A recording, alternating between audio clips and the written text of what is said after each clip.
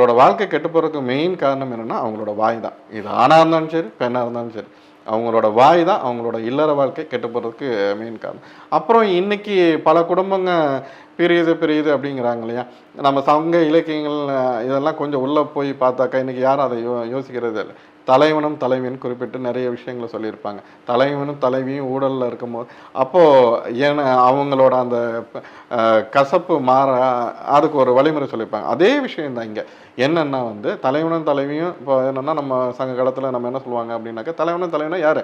கணவன் மனைவி. இவங்களுக்குள்ள ஒரு ஊழல் இருக்கும் போது, ஒரு பிணக்கு இருக்கும்போது, அப்போது அந்த பிணக்குங்கிறது அப்படியே இழுத்துக்கிட்டே இருந்தாக்க என்னாகும்? பிரிவுங்கிற ஒரு இடத்துல வந்தாகும். இப்போ இந்த நேரத்தில் நம்ம விருந்தாளியாக நம்ம வீட்டுக்கு ஒருத்தர் வராங்க அப்படின்னாக்கா, தலைவனும் தலைவியும் என்ன பண்ணுவாங்கன்னா, தங்களுக்குள்ளே இருக்கிற அந்த ஊழலை மறந்து அவங்க வந்த விருந்தாளி முன்னாடி என்னென்னா நாங்கள் நல்லா இருக்கோம், ஒற்றுமையாக இருக்கோம்னு காட்டிக்கிறதுக்காக முற்படுவாங்க.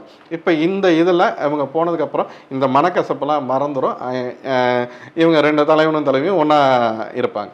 இந்த விஷயத்தை இப்போ இன்றைக்கி எடுத்துகிட்டு வந்தாக்கா, எந்த கணவனும் சரி, எந்த மனைவியும் சரி, யாராவது அவங்க வாழ்கிற வீட்டுக்கு விருந்தினர் யாராவது வந்திருக்காங்களா சொல்லுங்கள்? கிடையவே கிடையாது.